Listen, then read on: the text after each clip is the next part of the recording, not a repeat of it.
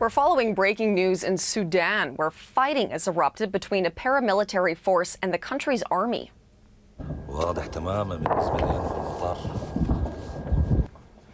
Video shows smoke and gunfire in the capital, Khartoum. Sudanese paramilitary forces claim they have taken control of the presidential palace in an apparent coup attempt after days of violent clashes.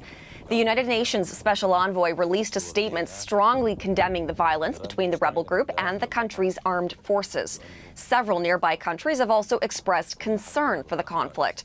The military has been in charge of Sudan since 2021.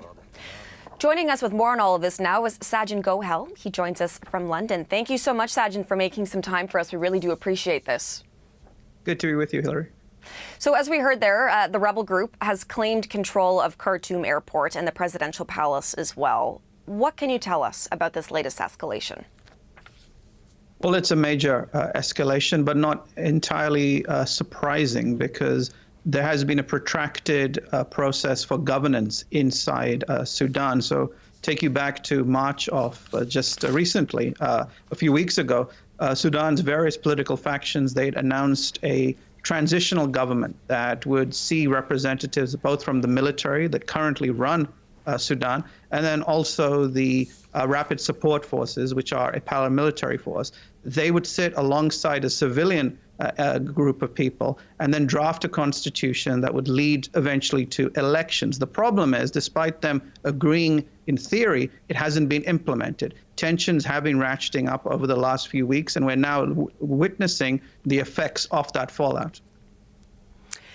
Talks to try and restore some sort of civilian-led government have not been working right now. So what is the RSF asking for in the Sudanese government?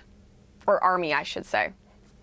Sure. It's a complicated dimension inside Sudan. The military that effectively runs Sudan is led by General Abdel Fattah al-Burhan.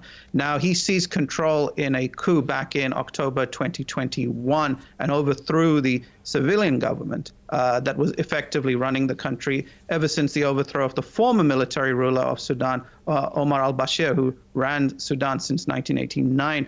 The RSF, the Rapid Support Forces, they are led by a businessman who's also a military figure as well. And they are a paramilitary force. They have a lot of notoriety in Sudan because they are the successor group to what was known as the Janjaweed militia, who are responsible for egregious human rights abuses in the western Sudanese province of Darfur. And ultimately, it comes down to power and control and who is going to be the entity to rule Sudan, and the fact that there is a reluctance to actually share power, and you are witnessing those problems now erupt in the streets of Sudan, including the capital, Khartoum.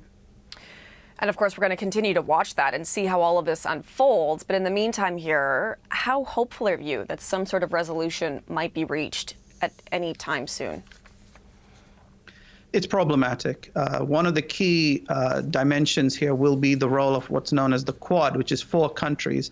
You've got Saudi Arabia, the UAE, the United Kingdom, and the United States, who in the past have tried to bring the various factions together to try and see if there can be a resolution. You also have the African Union and also the UN. But perhaps the most important country in all of this, Hillary, is going to be Egypt, which is a neighbor of Sudan. Their histories are intertwined.